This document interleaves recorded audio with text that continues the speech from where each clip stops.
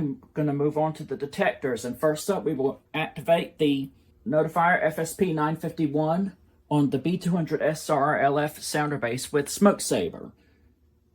Here we go. 3, 2, 1. Should be enough.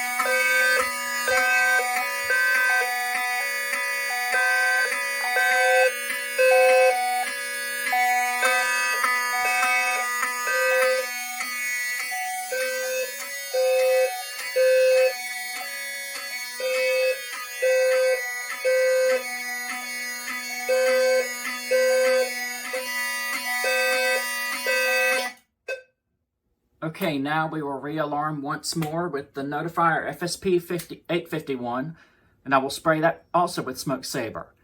Here we go. That should be enough.